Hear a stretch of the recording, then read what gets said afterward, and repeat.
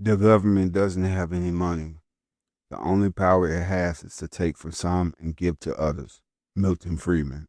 Welcome back to the channel. Now that we discussed the end of Bretton Woods and Nixon taking the US dollar off the gold standard in 1971, let's go even further into the banking cartel. Do you think banks always hold enough money to stay afloat? Not always.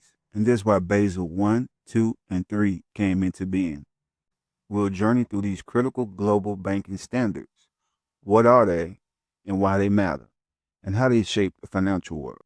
Let's go. After the hard-set bank collapse in Germany in 1974, confidence in the global banking system faltered. Their crisis triggered the formation of the Basel Committee on Banking Supervision, hosted at the Bank for International Settlements in Basel, Switzerland. Its mission was to improve banking regulation and strengthen financial stability worldwide.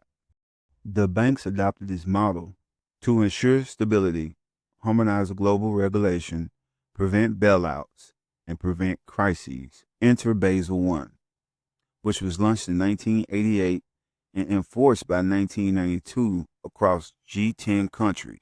This landmark accord required banks to hold at least 8% of risk-weighted assets as capital, using readily calculable tiers: core capital, Tier 1, and supplemental capital, Tier 2.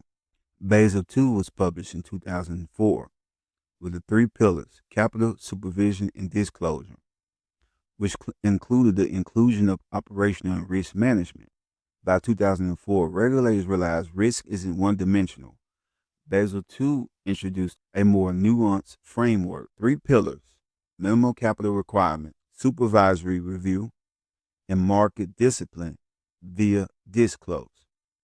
It broadened focus beyond credit risk to include operational and market risk, and allowed banks to use internal models to assess risk. During the 2008 financial crisis, the Committee on Banking Supervision, in response to the crisis, created Basel III. Its aim was to strengthen regulation, supervision, and risk management of the banking sector. Basel III introduces new capital and liquidity standards, including capital buffers, leverage ratios, and liquidity requirements to enhance the resiliency of banks in the overall financial system. So why adopt these standards? First, to protect depositors and maintain solvency to avoid taxpayer-funded bailouts.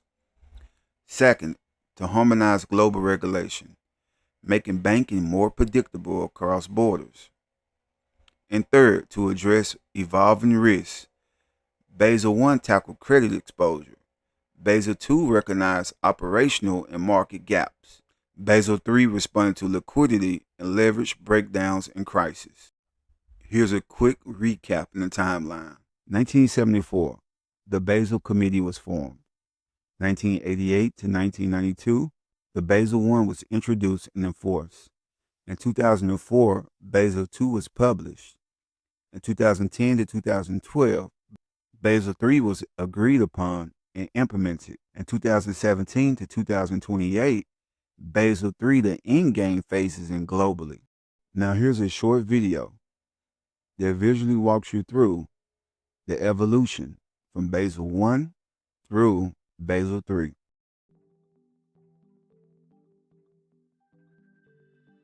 Over the years, the Basel Committee has developed a wide range of standards to strengthen the resilience of the global banking system.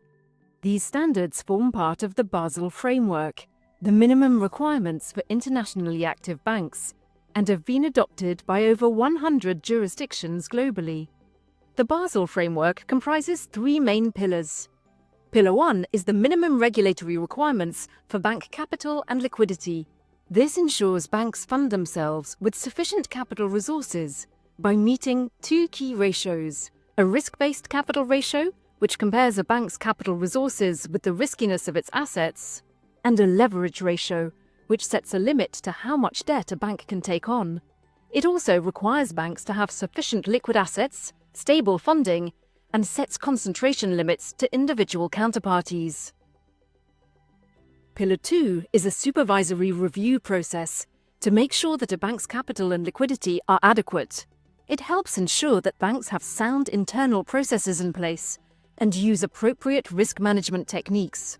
Pillar 3 is a set of public disclosure requirements to provide sufficient information to assess a bank's risk profile and strength to promote market discipline. These disclosures provide clear quantitative and qualitative information on banks' risks. They also allow banks to be compared across and within jurisdictions and over time.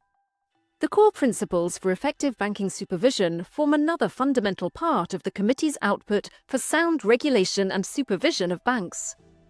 The principles are universally applicable, designed to apply to all countries and all banks.